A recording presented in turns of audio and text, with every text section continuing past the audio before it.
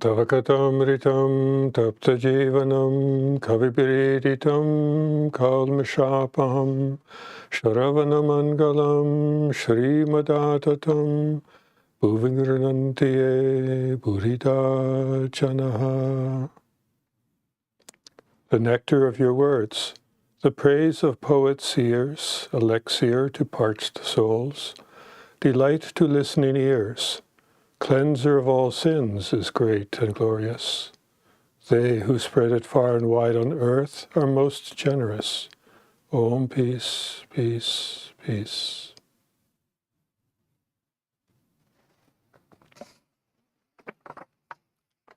Good evening, friends.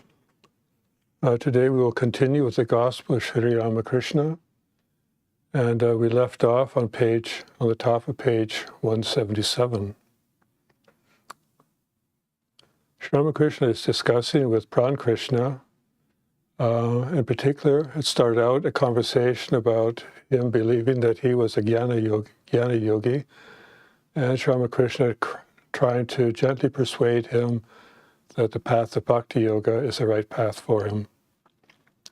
So last week we mentioned that Sri Ramakrishna said that without giving up worldliness, a man cannot awaken his spiritual consciousness, nor can he realize God. And God cannot be realized without guilelessness, in other words, without innocence. And then he says that even those engaged in worldly activities, such as office work or business, should hold to the truth. And then he makes a bold statement that truthfulness alone is the austerity of the Kali Yuga. Now, Pran Krishna, he had read many of the Hindu scriptures and thought that he understood the implications and the meaning of truthfulness. So he starts to chant, or he recalls a portion of the Mahanirvana Tantra, and it says, "O Goddess, this religion enjoins it upon one to be truthful, self-controlled, devoted to the welfare of others, unagitated and compassionate." But then Sri Ramakrishna retorts that, tells him that, yes, but these ideas must be assimilated. So Pran Krishna, though having read the scriptures, had not really deeply understood the implications. So now Sri Ramakrishna has made this bold statement that truthfulness alone is the spiritual discipline for the Kali Yuga. So I thought that it would be appropriate to analyze that statement a little further, because he says truthfulness alone is a spiritual discipline. There's so many spiritual disciplines out there to make spiritual progress, but you can basically ignore all of them and stick to truth. But truthfulness is like if I pull the ear of somebody's ear, I don't just pull the ear, I'm pulling along with it many other things. And so along with the practice of truthfulness, one also develops a keener sense of introspection into one's own mind. When one does that, one wants to change one's character, one wants to become less selfish. So it pulls along with it many other virtues. So, and when Sri Ramakrishna was practicing spiritual disciplines and trying to renounce the world and offer everything to the Divine Mother, he tried to offer truth, but he could not. He could not offer God untruth and truth. So all that could remain in him was truth. He could renounce everything else, but he held truth as being paramount. So in analyzing this, I thought that how do we look at truth? Well, first of all, when we speak, most people, or when children, they speak the truth naturally. By the time they've reached 2 to 5 years old, they've started to tell a few lies here and there. But lying takes a certain amount of mental effort. It takes calculation, and it starts to show a mind that is sharpening, and also it's rather flexible. And child psychologists say that lying is a part of the development process. And they look at it as a sign of cognitive growth. So if we are then, but then parents will see it as a loss of innocence. Now Swami Ramakrishna is telling us, no, we have to regain that innocence. And along with it comes this spiritual discipline, practicing truthfulness. But why do we lie? Once we have learned that we can actually, that lying actually gives us certain accomplishments, that we can, it can cover up some of our mistakes. But many parents can detect a lie in a child because they are rather innocent lies. Parents themselves have lied in the past, so they know the trend. So we lie to cover up mistakes or misdeeds. We also lie to avoid certain situations that are unpleasant. So it might even be a white lie. It may not, and in some sense, even these lies kind of lubricate our relationships and maintain a certain amount of peace and civility. So that the question is, are all lies equal? So we'll talk about how Swami Ramakrishna dealt with some of these things. But we also lie to get an economic advantage, to progress in our career. And we also have not just our economic advantage, but also personal advantage. We know people, but we lie to promote ourselves. We also want to improve how people look upon us. So what is their impression on us? So you look at our resume. Well, do we make mistakes? We don't put down all our mistakes. But when you show up for the job interview, sometimes you're asked questions. Well, what have you achieved that makes you qualified for this position? What were your failures? How did you overcome your failures? Does everyone tell the truth in all those questions? I once applied for a job, and one question was asked: do you have any skeletons in your closet? So people want to know, are there anything in your background that might affect your future performance in this? So, but people also lie in a sense to generate a sense of humor, to joke, to tell jokes. Swami Ramakrishna would say you should not even lie even in humor, but we tell stories, and sometimes those stories are there to teach a lesson. So is that lying? So there's so many facets in all of this. We also lie to be polite in a social environment, but we also lie to be malicious and cause harm to others. And sometimes we lie and we don't know why. It's just a habit, but it's just like sometimes the first thing that comes out. So all these things, when Swami Krishna is saying truthfulness is the austerity of this age, does that cover all of that? What if you're lying for altruistic reasons? What if your lie is there to protect someone from harm? You believe they're innocent, but you lie to prevent them from having to go through suffering. So all of these things are there. So even just to think about being truthful has all these implications. So that the question is, we as spiritual aspirants, we think we are sincere, but we have to live in the world, and we have to work in the world. Can we follow that teaching? Or do we have to compromise? So we had read before that when Swami Nikhilananda is talking about truthfulness, he is not leaving any room for compromise here. Because if we look at how he lived that life, I mean, he was pretty strict about it. In fact, if someone spoke that truthfully to us, we might either cry or be so embarrassed that we might defriend that person.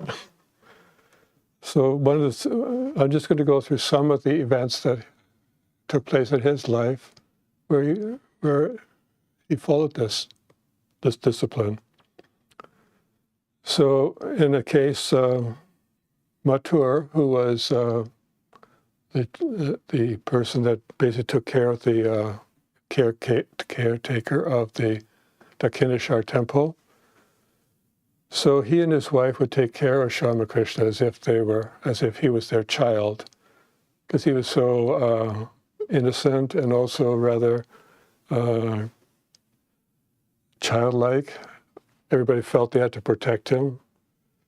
So he would sometimes, he actually slept in the same room with them sometimes. And so Mathur would ask him, he would address him as, "Father, do you hear our conversation?" And Swami Nikhilananda would just say, "Yes." And once Mathur's wife was suspicious of Mathur's movements, and he said to him, "If you go anywhere, you take Swami Nikhilananda with you." And so one day Mathur, he went to a certain place, and he, anyway, Mathur took him somewhere and then brought him back home. And then Mathur's wife asked him, "Well, what happened?" And Swami Nikhilananda just says, "Well, Mathur took me to a certain place and he asked me to wait downstairs.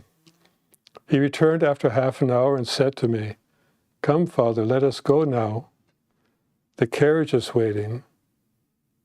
And when Mathur's wife asked me about it, I reported the thing correctly. I said to her, 'We went to a certain house. He told me to stay downstairs.' And he went upstairs, and after half an hour came back." And then he says, of course she understood that thing in her own way. So who knows? And also again, a partner in Mathur's estate, he used to take fruits and vegetables stealthily away from the kitchen or from the temple garden. And when some of Mathur's other partners asked Sri Ramakrishna about it, he told them the exact truth. So,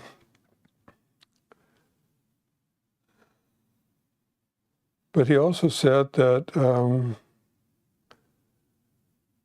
although a person may have all kinds of virtues and possess all kinds of noble virtues, he says that in the case of Shivanath, he said, yes, he possesses many virtues, but he has one great defect. He doesn't keep his word. Once he said he would come to see me at the Dakshineshwar, but he neither came nor sent me word. That is not good. It is said that truthfulness alone constitutes the spiritual discipline of the Kali Yuga. But he goes on further to say that without this regard to truth, one gradually loses everything.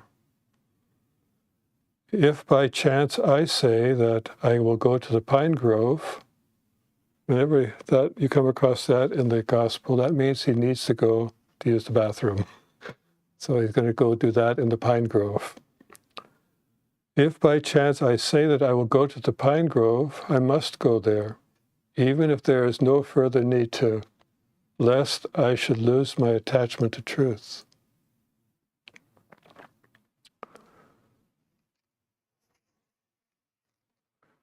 And now when he's instructing other devotees, he says that if a man leads a householder's life, he must have unflagging devotion to truth. God can be realized through truth alone. And now he's describing his state of mind. Formerly, I was very particular about telling the truth, though now my zeal has abated a little. If I said I shall bathe, then I would go to the water of the Ganges, recite the mantra and sprinkle a little water over my head, but still there would remain some doubt as to whether my bath was complete. So if you said you're going to bathe, but then, and you understand in your mind that a bath means, well, go into a shower or take a soap and thoroughly clean yourself. But then instead you say, well, I'm going to bathe, but maybe out of laziness, you instead sprinkle Ganga water on your body. And you say, well, that Ganga water purifies the body, but did I bathe? It's a substitute. It's one bathing cleans the gross matter off the body, but not a sprinkle of Ganga water. But yet, here Ramakrishna is saying, well, he had doubts whether his bath was complete. So he would ask, he gives another example that once he was visiting a devotee's home, and he said that he would not eat any luchi that day. Well, he started to feel hungry, and luchi was what was being offered. But because he had said he won't eat luchi, he decided he did not eat luchi. But he felt hungry, so he ended up eating sweets that evening. So,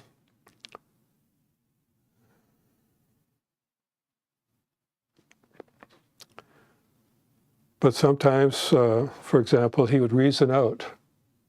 If he had to go to the pine grove, and then on this way he decided, well, I don't really have that urge anymore.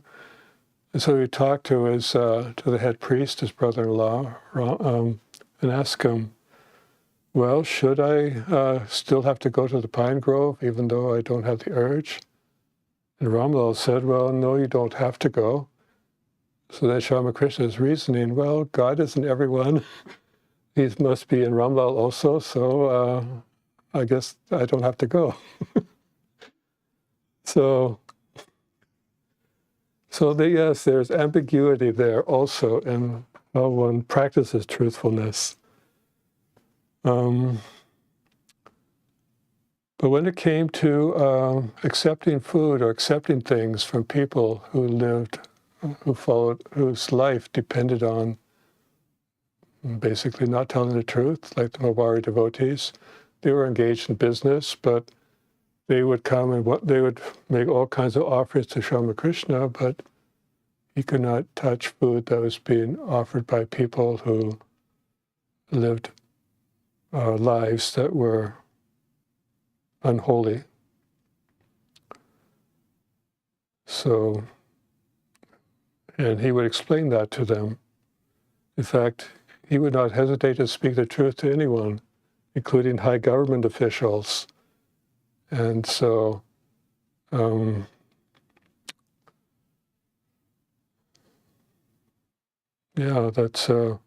didn't really care what the outcome was. But a householder does not have that luxury. So I'll go into some detail about that later. But he was particular that devotees keep their word. So he'd often remind people that, okay, you've kept your word. You promised, like Jadu Malik promised to hold a recital, but he never informed it that it was canceled, or he never made any arrangements. And Ramakrishna would ask, well, what about the recital? And Jadu Malik would say, well, I was busy with many things. I wasn't able to arrange it. But Ramakrishna kind of scolded him and said, well, how is that? A man gives his word and doesn't take it back. The words of a man are like the tusks of an elephant. They come out, but they don't go back. a man must be true to his word. What do you say? Well, Jaddu had to say, yes, you are right.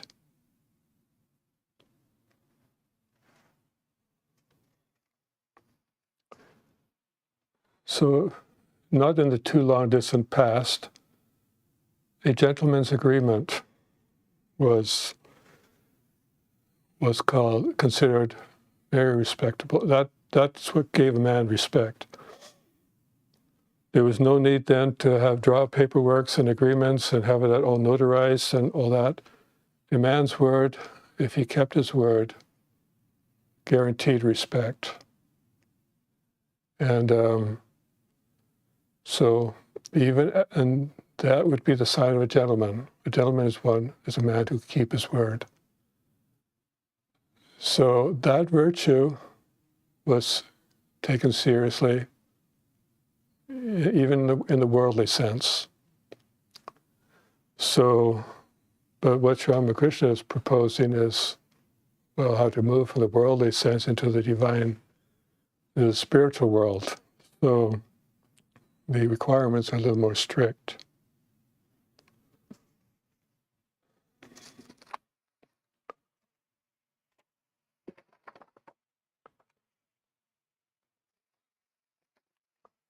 So now the thing is, for the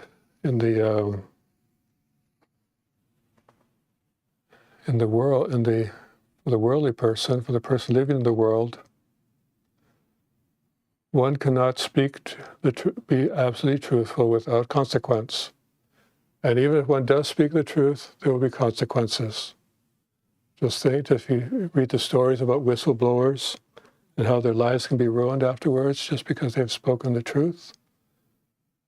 So here we have a case where you want to speak the truth, but society will not, you won't be considered, society will not look on that very kindly.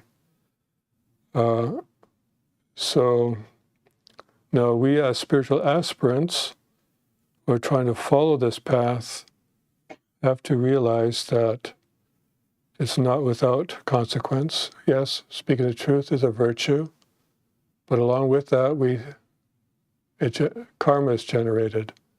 Now you could say, well then whatever the results are of our speaking the truth, we have to also accept the karma that comes along with it. Now,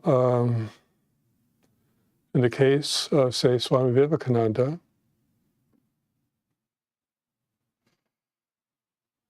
when he came to the West and for a few years presented the teachings of Vedanta, in that process he also spoke against many of the other beliefs, and some of those beliefs were taken very personal by other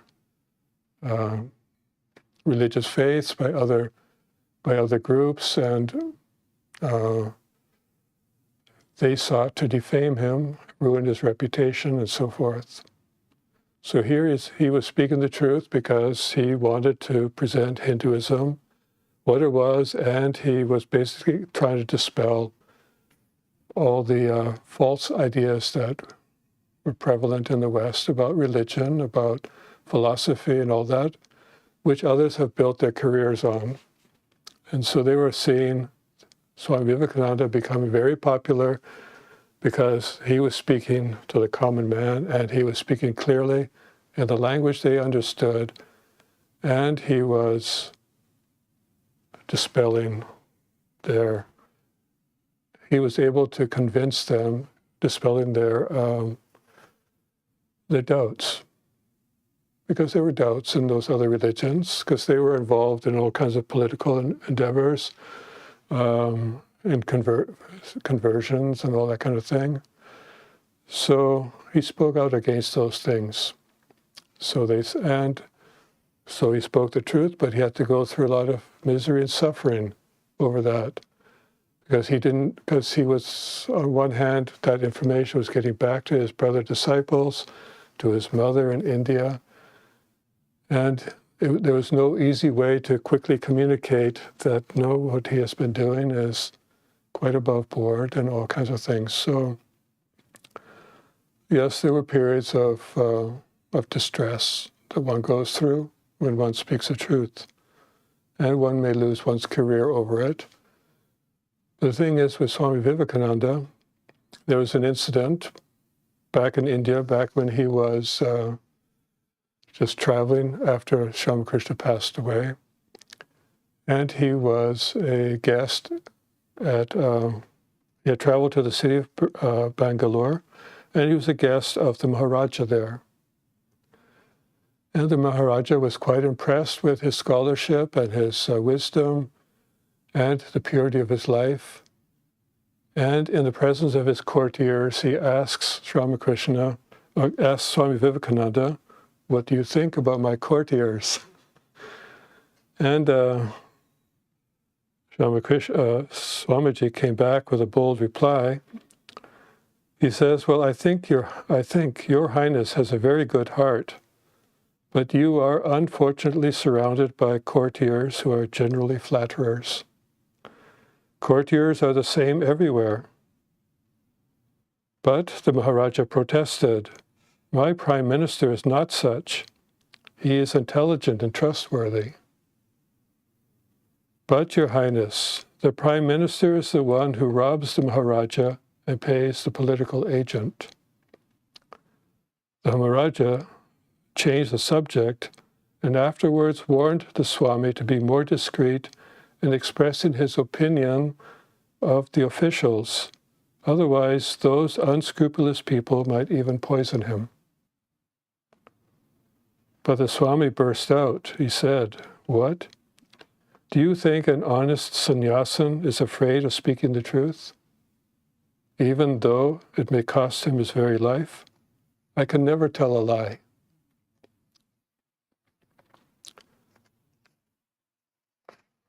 So that is how Sri Ramakrishna and Swami Vivekananda regarded truth. They were not afraid to speak the truth, and they were not afraid of losing their life for the sake of protecting truth. But then we have a case in the life of Sri Krishna. If you read the Mahabharata, there's a section during the Kurukshetra war where Yudhishthira arrives back at camp, injured, and kind of downtrodden because of his failure that day. But then, and Krishna is present, and then Arjuna walks in, also kind of injured, but not, but kind of taking a breather. And Yudhishthira was quite happy to see him and quite pleased, and asked how things were going on the battlefield. Now their main enemy was Karna, who was basically considered almost invincible, and the only person that could kill him would be Arjuna. So Yudhishthira inquired, "Well, how did things go in the battle with Karna?" "Well, Karna's not dead. I did not kill him today." That infuriated Yudhishthira. And Yudhishthira said, "Well, then you are unfit to be the holder of the Gandiva." The Gandiva was the name of Arjuna's bow and arrows. And he said, "Well, you are unfit to carry that bow. Give it to somebody else who's more qualified, more brave."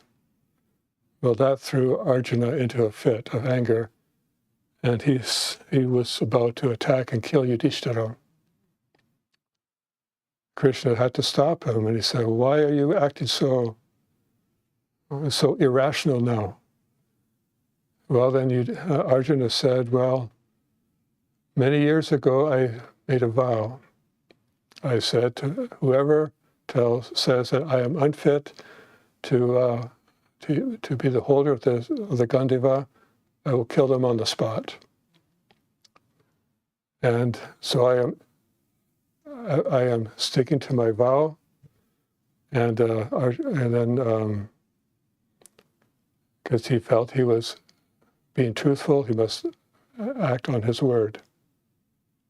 And then Sri Krishna scolds him, or perhaps kindly scolds him, and says, "You don't understand what truth is. you made a foolish vow. Your vow is based on foolishness. And so one should not act on a foolish vow. So now the question became, still Arjuna is irate. And Krishna is trying to calm him down, so he tells him a story. He says, well, there was in a village, Kaushika was a gentleman, not well trained in the scriptures, but he decided that he would take a vow to be truthful and speak only the truth. Well, he lived out in the forest, and some innocent people came running to his hermitage and said, we are being chased by some gangsters or robbers. Protect us. So he says, I'll go hide in the forest over there. Well, then the gangsters, the robbers come and they say, where are those, we're chasing a bunch of people, have you seen them come through? Kaushika says, well, they're in the forest. And so they go and they kill them. So now Krishna tells Arjuna, well, now he's spoken the truth, but now he has to incur the karma of the death of all these people, when he could have instead redirected them or not told them where he was. In this case, Krishna says that here the protection of life is higher than speaking the truth. He says the practice of nonviolence is a higher virtue than speaking the truth when lives are at stake. So there are circumstances where it is permissible for one to not speak the truth. However, one must also at that same time accept the karma associated with not speaking the truth. So, but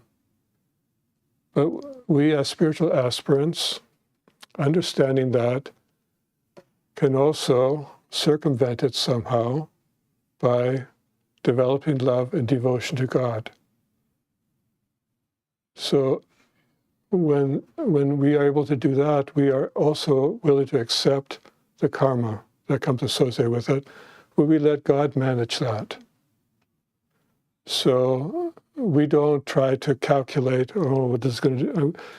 Before we even go through that, we start calculating, should I tell the truth? How should I tell it? And all that. No, we should probably, to protect a life, yes, for altruistic reasons, we may have to lie. How we judge whether it's an altruistic reason, is it unselfish? Is it for unselfish reasons? We're not self-promoting, we're not engaged in self-promotion. But yes, we are protecting someone, but it may cause us injury. So we have to be willing to accept that. There's no way out of that, not as a spiritual aspirant. So can one actually live in the world and practice truthfulness? Well, not as strictly as Swami Ramakrishna is proposing, because this is for a sincere spiritual aspirant. For those that actually want to live in the worldly sense, well, they're going to do what they're going to do. You'll try to tell the truth to the best of your ability when it is to your advantage, but if you feel like it's going to cause you suffering, people will lie. But then there will be consequences to that.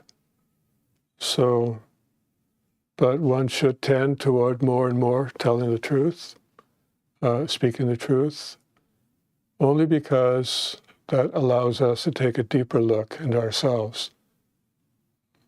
Because we will know that, oh no, what I'm thinking, that's not true. You'll analyze it more clearly, and then you'll try to get to the source of it. And through that, we will become better spiritual aspirants, able to live up to this higher ideal that, yes, truthfulness alone is a spiritual discipline, this yuga. So, I don't know, I hope that clarifies a little bit, but It requires a lot of self-analysis and deep thinking. These are bold words, and they are an ideal for us to strive for. But along with it, we need to develop. We can't be truthful if we still have worldly ambition, worldly desires, because we will compromise to attain those goals. So that's why Swami Krishna earlier has said that one must give up worldliness. When one doesn't have worldliness, then yes, one can speak the truth the way Swami Krishna and Swami Vivekananda, where yes, you'll speak truth even if it means your life. So, but we can only do that when we have no other worldly desires. We lie in order to maintain our worldly ambitions, our worldly desires. So I will stop there and we will resume with the gospel next time. I will conclude with just the announcements. Tomorrow evening at 7 p.m., Swami Brahmatmananda will continue with the class on reading from Towards the Goal Supreme. That is a Google Meet meeting. There will be online discussion back and forth.